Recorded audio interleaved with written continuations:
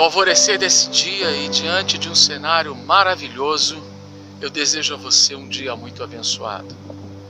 Através de Jesus Cristo, fomos incluídos na vocação de Abraão.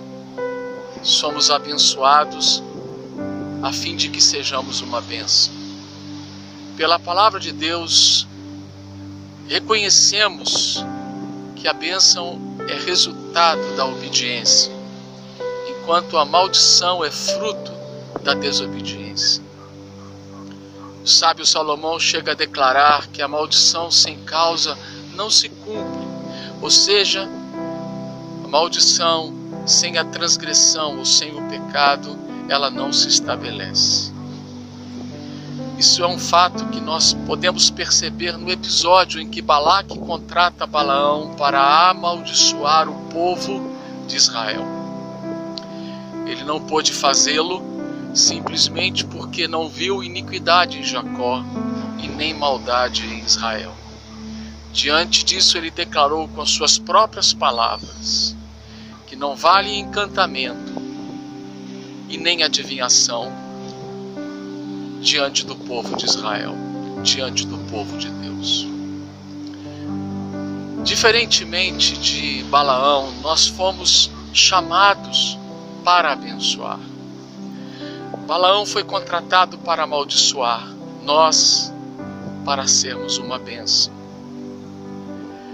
Mas veja, Balaão não viu maldição ou transgressão em Israel para que a maldição se estabelecesse.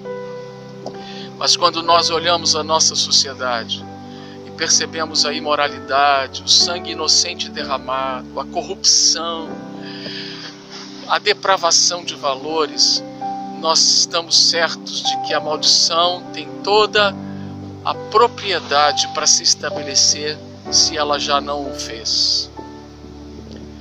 Mas nós percebemos que o intercessor é aquele que, apoiado na palavra de Deus, em Tiago capítulo 2, verso 13, é aquele que acredita que a misericórdia triunfa sobre o juízo, e por isso clama, e por isso intercede. Balaque levou Balaão para o primeiro lugar, para a primeira estação, que era chamado Bamote Baal, ou seja, um lugar alto de Baal. Lugar onde Baal era invocado, onde forças espirituais eram chamadas.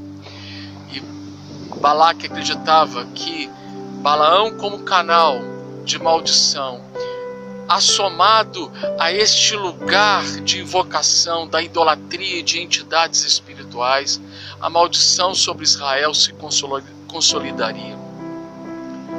Mas nós percebemos que isso não aconteceu. E não aconteceu simplesmente porque não havia transgressão em Israel. Mas pare para pensar numa coisa. Essa é uma estação do intercessor. O intercessor é aquele que percebe, que entende que está numa luta espiritual entre com as forças das trevas. E a despeito de tudo isso, a despeito de termos em muitos lugares da nossa terra a invocação de forças espirituais das trevas, quantas das vezes nas praias, nos montes, debaixo de árvores, forças das trevas são invocadas. Mas nós podemos perceber que Deus está muito acima de todo principado e toda potestade. Diante disso, o intercessor então começa a clamar pela misericórdia de Deus. E apoiado na obra justificadora e no mérito de Jesus Cristo na cruz do Calvário, o intercessor é aquele que se põe diante de Deus, que se interpõe diante de Deus, a fim de que possa interceder por uma terra que está assolada pela maldição. Nós cremos pela palavra de Deus que esse é o nosso chamado. E somos chamados para ser luz no mundo em trevas, para sermos sal em uma terra que se deteriora, para sermos bênção onde a maldição se instalou, crendo que a bênção suplanta toda a maldição.